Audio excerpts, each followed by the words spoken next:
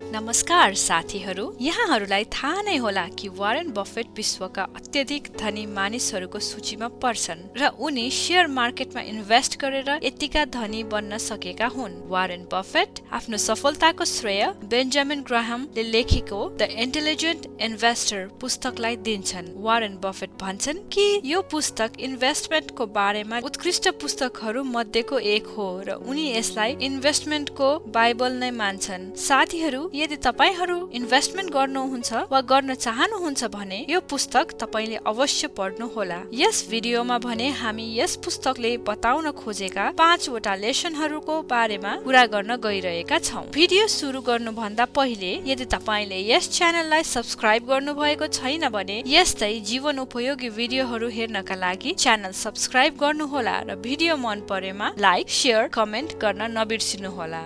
पहिलो लेसन छ इन्भेस्टमेन्ट र स्पेकुलेसन बीचको भिन्नता। प्राय मानिसहरू स्टक मार्केटमा लगानी गर्दा स्पेकुलेसनको आधारमा वा भनौं अनुमान लहलहैको आधारमा लगानी गर्छन्। उनीहरू शेयर किनेको कम्पनीको बारेमा रिसर्च गर्दैनन्। यसकारण मानिसहरू शेयर मार्केटबाट पैसा गुमाउँछन्। स्पेकुलेसनबाट शेयर किन्दा कहिलेकाहीँ राम्रो रिटर्न पाउँछन् पनि र मानिसहरू अझ धेरै लगानी गर्न हौसिन्छन् जबसम्म तिनीहरू ठूलो नोक्सानी बेहोर्छन्। लेखक भन्छन् ट्रु इन्भेस्टिङ गर्ने हो भने त्यसमा लसको सम्भावना एकदमै कम हुन्छ र ट्रु इन्भेस्टमेन्टको लागि 3 कुरा आवश्यक पर्छ: thorough analysis, safety of principal र एडिक्वेट रिटर्न। थरो एनालाइसिस भन्नाले कुनै कम्पनीमा इन्भेस्ट गर्नु अगाडि त्यो कम्पनीको बारेमा राम्रोसँग अध्ययन गर्न जरुरी हुन्छ। कम्पनीको बिजनेस कस्तो छ, कसरी चलिराखेको छ, कति बिजनेस ग्रोथ भइरहेको छ, त्यस्तै व्यवस्थापन टिम कस्तो छ, बिजनेसको भ्यालुएसन कस्तो छ,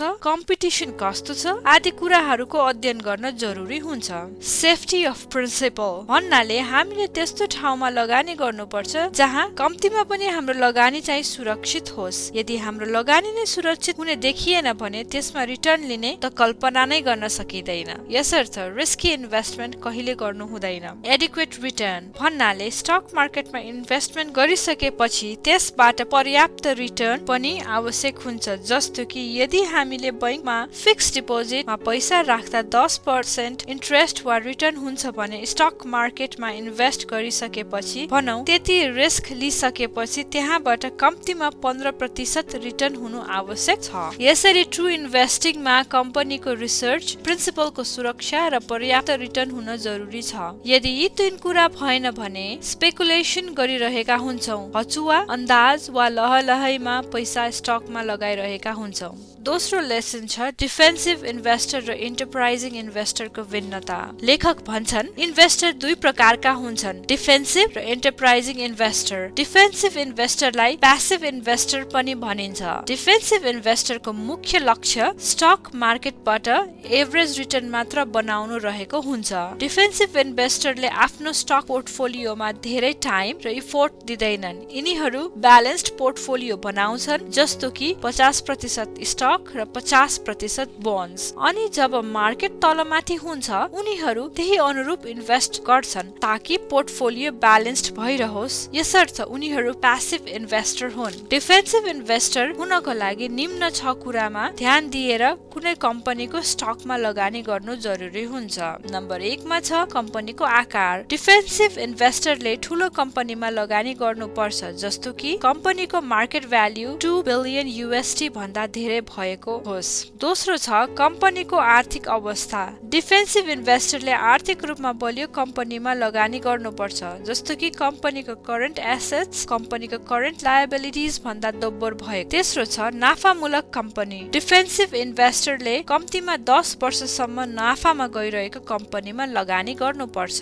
चौथो छ डिभिडेन्ड दिने कम्पनी। डिफेन्सिभ इन्भेस्टरले कम्तीमा 20 वर्षदेखि निरन्तर डिभिडेन्ड दिइरहेको कम्पनीमा लगानी गर्नुपर्छ। पाँचौं कम्पनीको ग्रोथ। डिफेन्सिभ इन्भेस्टरले 10 वर्षमा कम्तीमा 33% को दरले नाफा वृद्धि गरिरहेको कम्पनीमा लगानी गर्नुपर्छ। छैठौं price to earning ratio. Defensive इन्भेस्टरले विगत 3 वर्षको औसत प्राइस टु अर्निङ रेशियो 15 भन्दा कम भएको कम्पनीमा लगानी गर्नुपर्छ।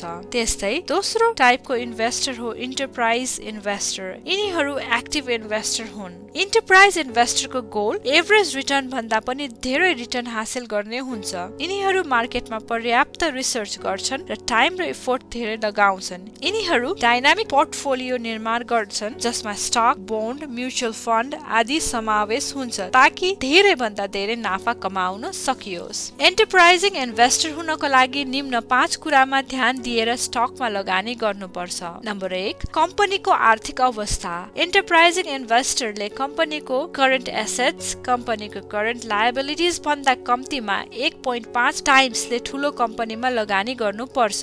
नाफाको स्थायित्व। एन्टरप्राइजिङ इन्भेस्टरले कम्तीमा 5 वर्ष नाफामा गइरहेको कम्पनीमा लगानी गर्नुपर्छ। डिभिडेन्ड। एन्टरप्राइजिङ इन्भेस्टरले केही न केही डिभिडेन्ड दिने कम्पनीमा लगानी गर्नुपर्छ। चौथो छ कम्पनीको ग्रोथ। एन्टरप्राइजिङ इन्भेस्टरले नाफा ग्रोथ भइरहेको कम्पनीमा लगानी गर्नुपर्छ, जस्तो कि अहिलेको कम्पनीको कमाई 10 वर्ष अघिको भन्दा धेरै हुनुपर्छ।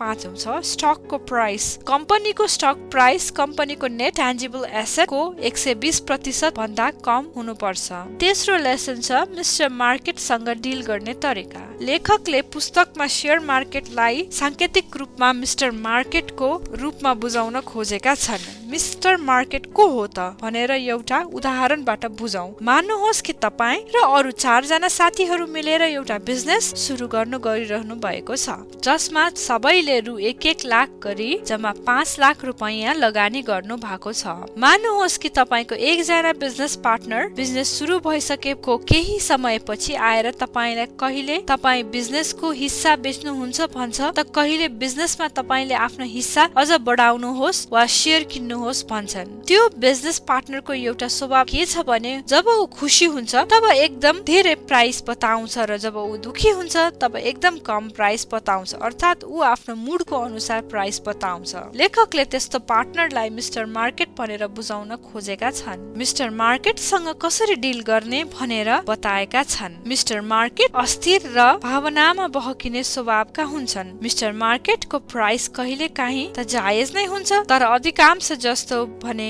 बकवास नै हुन्छ।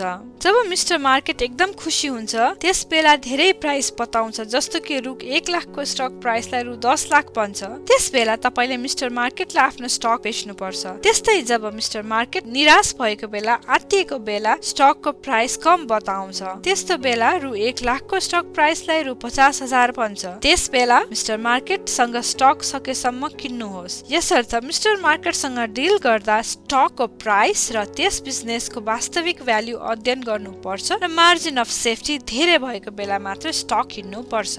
अब हामी चौथौं लेसनतिर जाँदैछौँ र चौथो लेसन छ margin of safety. Margin of safety हरेक इन्भेस्टरले बुझ्नै पर्ने कन्सेप्ट हो र हरेक चोटि इन्भेस्ट गर्दा मार्जिन अफ सेफ्टी हुनु जरुरी छ। सजिलो भाषामा भन्नु पर्दा जब कुनै कम्पनीको भ्यालुएसन भन्दा सस्तोमा त्यस कम्पनीको स्टक किन्छौ त्यहाँ मार्जिन अफ सेफ्टी हुन्छ। यसर्थ स्टक खरिद गर्दा कम्पनीको भ्यालुएसन तिर ध्यान दिनुपर्छ। मार्जिन अफ सेफ्टीलाई एउटा उदाहरणबाट बुझौं। यदि कुनै पुलमा सबैभन्दा धेरै भारी बोक्ने ट्रक 10 टनको छ भने त्यो पुलको क्षमता 10 टन भन्दा धेरै, जस्तो कि 30 टनको ट्रक वा लोड वहन गर्न सक्ने गरी बनाइएको हुन्छ। यस उदाहरणमा त्यो पुलको मार्जिन अफ सेफ्टी 20 टनको छ। जति धेरै क्षमताको पुल बन्यो वा जति धेरै मार्जिन अफ सेफ्टी हुन्छ त्यति नै त्यो पुल सुरक्षित हुन्छ। त्यसैले इन्भेस्टमेन्टमा पनि जति धेरै मार्जिन अफ सेफ्टी हुन्छ त्यति नै धेरै आफू सुरक्षित भइन्छ।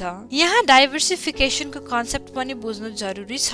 डाइभर्सिफिकेसन भनेको विभिन्न सेक्टरको स्टक वा विभिन्न किसिमको इन्भेस्टमेन्ट गरेर पोर्टफोलियोमा डाइभर्सिफिकेसन ल्याउने भन्ने बुझिन्छ। डाइभर्सिफिकेसन पनि मार्जिन अफ सेफ्टी जस्तै हो। डाइभर्सिफिकेसन तपाईको पोर्टफोलियोसँग सम्बन्धित छ भने मार्जिन अफ सेफ्टी तपाईको कुनै स्टक वा इन्भेस्टमेन्टसँग सम्बन्धित छ। इन्भेस्टमेन्टमा डाइभर्सिफिकेसन र मार्जिन अफ सेफ्टी दुईटै समावेश गरियो भने स्टक मार्केटमा हुने नोक्सानीलाई कम गर्न सकिन्छ। पाँचौं लेसन हो इन्फ्लेसन वा मूल्य वृद्धि। लेखक भन्छन् इन्भेस्टरले इन्फ्लेसनलाई पनि ख्याल राख्नु पर्छ र त्यो नेपाल जस्तो इन्फ्लेसन धेरै हुने देशमा झन सान्दर्भिक छ। यदि मानिसहरू आफ्नो बैंक फिक्स डिपोजिटमा पैसा राखेर 10% रिटर्न पाइरहेका छन् तर देशको मूल्य वृद्धि नै 10% छ भने त्यस पैसाबाट कुनै पनि रिटर्न आइरहेको छैन भन्ने बुझ्नु पर्छ। जस्तो कि तपाईका सेफमा रहेको 1 लाख रुपैयाँ 5 वर्षलाई जम्मा रु 50,000 जतिको मात्र भ्याल्यु हुन्छ जब हामी त्यसमा मूल्य वृद्धि समावेश गर्छौं। यसर्थ हरेक इन्भेस्टरले इन्फ्लेसनको दरलाई पनि समावेश गरेर आफ्नो एक्चुअल रिटर्न हिसाब गर्नुपर्छ र इन्फ्लेसन रेट भन्दा धेरै रेटको रिटर्न हासिल गर्ने प्रयास गर्नुपर्छ।